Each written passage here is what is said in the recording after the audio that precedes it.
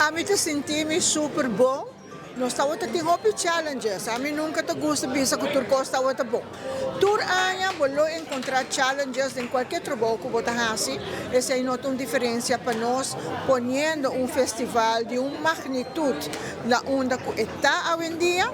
E challenges não inang para nós também serve nós como learning experiences. E mais que turcos é felicidade. Com nós terminar o festival com ele, esse é para mim o máximo. Ele vai um pouco struf. Nós todos sabemos que tem seu problema dentro do festival, mas tem certo problema que Deus nos soluciona. E não a sali para jurado mas não te quer. So jurado não te são com a rainha Islam. Claro, nós sempre estamos Islam. Para momento, magana é soca, acontece depois de tanto anos, mamãe participar, então tem hobby anos, me não participar, então depois mamãe bem back, mas comeback na 87, 88, então depois me não participar, então na 96 mamãe bem back. Participar, mas depois não participar mais.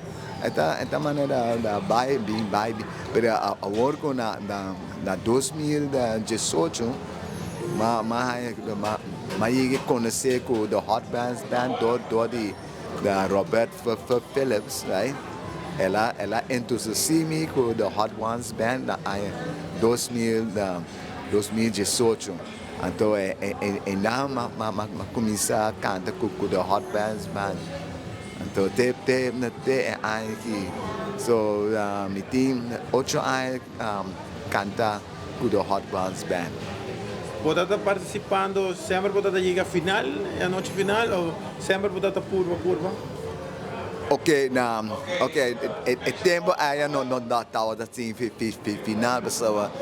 Tempo aí na 78 me a participar, então não estava assim hobby na cantar na participante na aí não, estava de band 7 para 8 9 participantes, então depois a noite de Calypso com o Road March acaba da tempão bani sonoro do primeiro que o jazz do sol acaba.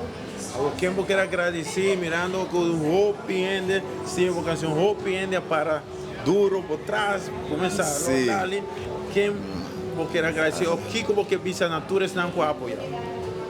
Well, me que bisa tour não com apoiar-me, danke, para você da sustento, right, sobre aqui me abin com cantiga com dessa caquem dor com uma amita viva tem pega que tá gosta correr de ba casa nada gosta luz você de mata na nada potente na de a noite da caquem não.